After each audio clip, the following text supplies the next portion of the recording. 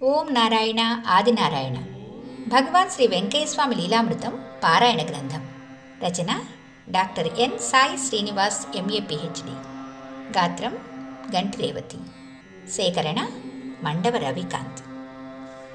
ఈనాటి లీలామృత పారాయణంలో భాగంగా మనము 142, 143, 144 లీలల గురించి చెప్పుకుందాం. ముందుగా 142వ లీల, జియాలజిస్ట్. జయలక్ష్మమ్మ ఎంతో పుణ్యాత్మురాలుగా చెప్పుకోవచ్చు. ఎందుకంటే స్వామివారు 1980 తర్వాత ఎక్కడా సంచరించకుండా గొలగముడిలో స్థిరంగా ఉండి మౌన దీక్షలో ఉన్నారు. ఏ ఆహారం తీసుకోలేదు, కనీసం మంచినీరు కూడా తీసుకునేవారు కాదు. అలాంటి సమయంలో ఆ భక్తురాలి కోరిక మన్నించడం అంటే అది ఆమె అదృష్టమే కదా. ఇంకో విశేషం ఏంటంటే స్వామివారు వీళ్ళ ఇంటికి వెళ్ళినప్పుడు తమ తుంబురను వీళ్లకు బహుమతిగా ఇచ్చారు. ఒకరోజు స్వామివారు వాళ్ళ ఇంటికి వచ్చినప్పుడు రామస్వామి తన పొలంలో నీరు లేక తాను పడుతున్న కష్టం గురించి చెప్పుకున్నాడు. స్వామివారు వచ్చి పొలమంతా కర్రతో కొలిచి ఒక స్థలం చూపించి, ఇక్కడ నీరు పడుతుంది, బావి తవ్వించండి అని చెప్పి వెళ్ళారు. రామస్వామి ఎంతో సంతోషంతో, స్వామివారు మా యందు దయ చూపారు, మాకు పొలంలో బావికి గుర్తు పెట్టారని అందరితో చెప్పుకున్నాడు. ముదిగేడు నారపరెడ్డి అది విని ఎగతాళి చేశాడు. ఆ పిచ్చాయనకి ఏం తెలుసు అని రావూరు అవతల పంగిలి అనే ఊరిలో గొప్ప సిద్ధాంతున్నాడు, అతని దగ్గరికి వెళ్ళి అడుగుదాం అని రామస్వామిని బలవంతంగా అక్కడికి తీసుకొని వెళ్ళాడు. అతను స్వామివారు గుర్తుపెట్టిన దానికి 3 మూరల దూరంగా గుర్తుపెట్టాడు. ఇంట్లో రామస్వామి భార్య, పిల్లలు అందరూ కూడా స్వామివారు చెప్పిన చోట బావి త్రవ్వించమని చెప్పినా కూడా ఆ నారపరెడ్డి మాటలు విని ఆ సిద్ధాంతి చెప్పిన చోట త్రవ్వించాడు. అక్కడ బండరాయి పడింది. ఎంత లోతుకెళ్ళినా నీరు పడలేదు. ఆ రోజుల్లో ఎటువంటి మిషన్ ఉపయోగించి రాయి తొలిచే అవకాశం కూడా లేదు. కూలీలతో పని చేయించేవారు. చాలా డబ్బు ఖర్చయింది, కానీ ప్రయోజనం లేదు. అప్పుడు మళ్ళీ కేవలం 3 మూరల దూరంలో ఉన్న స్వామివారు పెట్టిన గుర్తు దగ్గర త్రవ్వించారు. విచిత్రంగా అక్కడ సమృద్ధిగా నీరు పడింది. స్వామివారి మాట నిజమైంది. మనం ఒక సద్గురువును ఆశ్రయిస్తే వారి మాటను శిరోధార్యంగా భావించాలి. అనేక మంది మన మార్గానికి అడ్డంకులు కల్పించడానికి చూస్తారు. అదే మనకు పరీక్ష అన్నమాట. ఎటువంటి పరిస్థితులు ఎదురైనా మనకి మన గురువుపై విశ్వాసం తగ్గకూడదు. ఇక్కడ జరిగిన ఈ సంఘటన ద్వారా రామస్వామికి విశ్వాసం దృఢపడింది. జీవితాంతం స్వామివారి మాటలు అనుసరించాడు. స్వామివారి మార్గం ఎంతో విలక్షణమైనది. తన జీవితాన్ని పేద ప్రజల కోసం త్యాగం చేశారు స్వామి.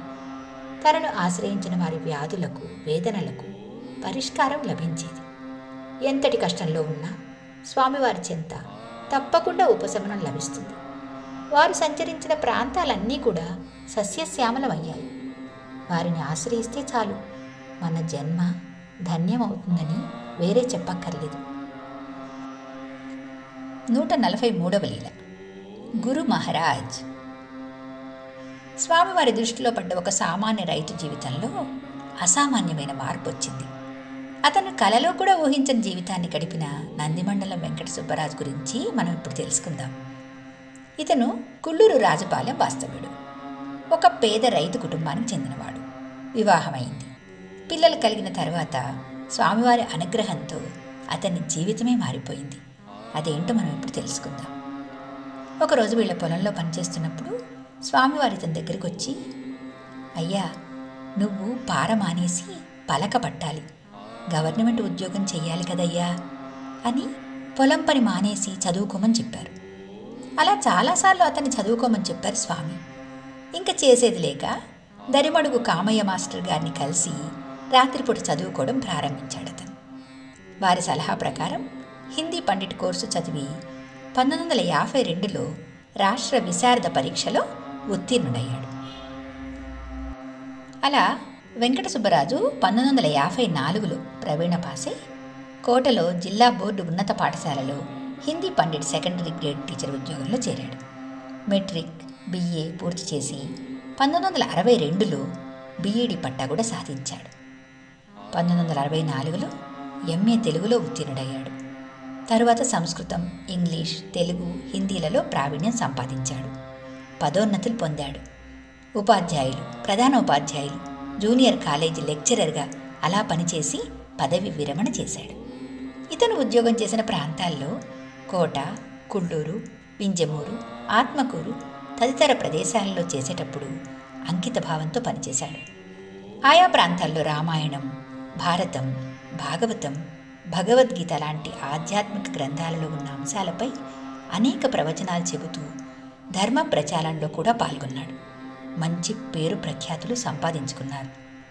ఒక సామాన్యుడిని పండితునిగా చేసిన ఘనత గురు మహారాజ్ వెంకయ్య స్వామి వారిదే అని నేటికి ఆ కుటుంబం అంతా స్వామివారిని ఆరాధిస్తున్నారు. 2014 వరకు జీవించి స్వామివారి ఆశీర్వాదంతో తన జీవితాన్ని స్వామి సేవలో గడిపిన నందిమండలం వెంకట సుబ్బరాజు ఏ లోకంలో ఉన్నా కూడా ఆయన ధన్యజీవులే. స్వామివారి మాటను శిరోధార్యంగా తీసుకుని పట్టుదలతో ప్రయత్నం చేసి ఉన్నత శిఖరాలను అధిరోహించారు ఆయన.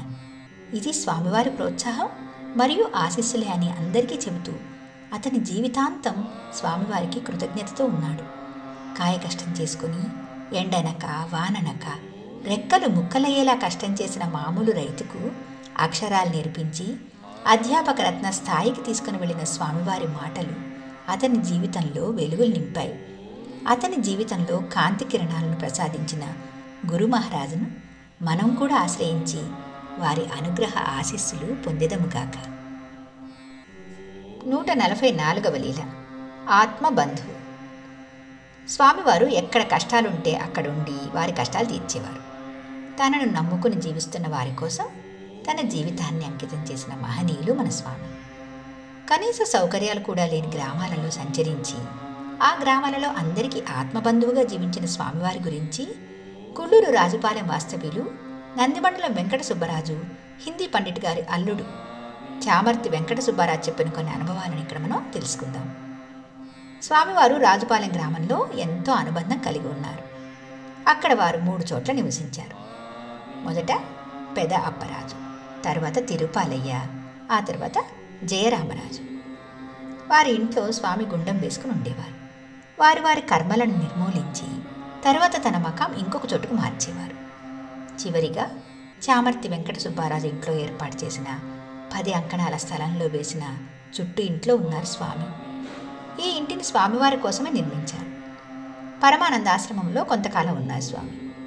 ఆ తర్వాత సుబ్బరాజుతో చెప్పి తన కోసం ఆ ఇంటిని ఏర్పాటు చేసుకున్నారు. ఆ తర్వాత అక్కడ నుండి గొలగముడిని తన శాశ్వత నివాసంగా చేసుకున్నారు వెంకయ్య స్వామి. నిరాడంబరమైన జీవితం, నిరంతరం నిష్కామ కర్మ, ఎప్పుడూ ఖాళీగా ఉండకుండా ఏదో ఒక పని చేస్తూ ఉండేవారు. వేలిముద్రలు వేస్తుండేవారు, లేదా తంబూరా తీసుకొని దానిని వాయిస్తూ మౌనంగా నామస్మరణ చేస్తూ పరమాత్మ ధ్యానంలో నిమగ్నమయ్యేవారు. లేకపోతే గుండెల్లో కట్టెలు వేస్తూ ఏదో మాట్లాడుతూ పైకి చూస్తూ తనలో తానే మాట్లాడుకునేవారు. ఎవరైనా భక్తులు వస్తే వారికి చీటీలు వ్రాయించిచ్చేవారు. స్వామివారు అక్కడ ఉన్నప్పుడు చుట్టుపక్కల గ్రామంలో ఉండేవారు కూడా వచ్చి మంచి చెడులు చెప్పించుకునేవారు. స్వామివారి దగ్గరకు వస్తే ఎలాంటి సమస్యలకైనా కూడా పరిష్కారం లభించేది. ఎవరైనా భక్తులు తనకు దక్షిణగా డబ్బులిస్తే ఆ డబ్బును స్వామివారి చేతితో తాకేవారు కాదు, పుల్లతో ప్రక్కకు జరిపేవారు. డబ్బుపై స్వామివారికి ఎలాంటి అపేక్ష ఉండేది కాదు. కట్టెలు తెచ్చిన వాళ్ళకి వేలిముద్రలు వేసే సిరా కోసం, దారం కోసం మొదలైన వాటి కోసం ఖర్చు పెట్టమని సేవకులకు ఆ డబ్బులు ఇచ్చేవారు స్వామి. ఎవరు అదృష్టవంతులో వారికి వారి చేతుల మీదుగా డబ్బు ఇవ్వడం జరిగింది. ఇది చాలా అరుదుగా జరిగేది. డబ్బును అవసరమైన వాటి కోసం ఉపయోగించారు స్వామి. ఎప్పుడూ ఒక్క పైసా కూడా వారు దాచుకోలేదు. నిరంతరం సేవే వారి లక్ష్యంగా వారి జీవితం కొనసాగింది. శ్రీ షిరిడి బాబా కూడా ఇలాగే చేసేవారు కదా. స్వామి నేల మీద పడుకునేవారు, రాగి అంబలు తాగేవారు, ఏది ఉంటే అదే తినేవారు. తన కోసం ప్రత్యేకంగా అది కావాలి ఇది కావాలి అని ఎప్పుడూ కోరలేదు వెంకయ్య స్వామి. ఎక్కడైనా 2 రాత్రులు మాత్రమే ఉండేవారు. 3వ రోజు వేకువజామున లేచి ఇంకొక గ్రామ పర్యటనకు బయలుదేరేవారు. వెళ్ళేటప్పుడు ఆ ముందు రోజు చేసిన పదార్థాలు తినేవారు. ప్రత్యేకంగా తయారు చేస్తానంటే వద్దు అంటారు. వారి కుటుంబంలో ఒకరిగా కలిసిమెలిసి ఉండేవారు స్వామి. ఒకరోజు సుబ్బరాజుని పిలిచి, అయ్యా, నీకు 1 సంవత్సరం 6 నెలలకు గండం ఉంది. రాముల వారు కాపాడుతారులే అయ్యా అన్నారు స్వామి. సరిగ్గా అదే విధంగా రామనవమి రోజున రామాలయం దగ్గర నవమి ఏర్పాట్లు చేస్తున్నప్పుడు పొరపాటున కరెంటు షాక్ తగిలింది. అదృష్టవశాత్తు వెంటనే సుబ్బయ్య అనే వ్యక్తి మెయిన్ ఆఫ్ చేయడంతో పెద్ద ప్రమాదం తప్పింది అతనికి. ఆ విధంగా స్వామి అతన్ని ప్రమాదం నుంచి రక్షించారు. ఆ గ్రామంలో అందరికీ ఆశీస్సులు అందించారు స్వామి.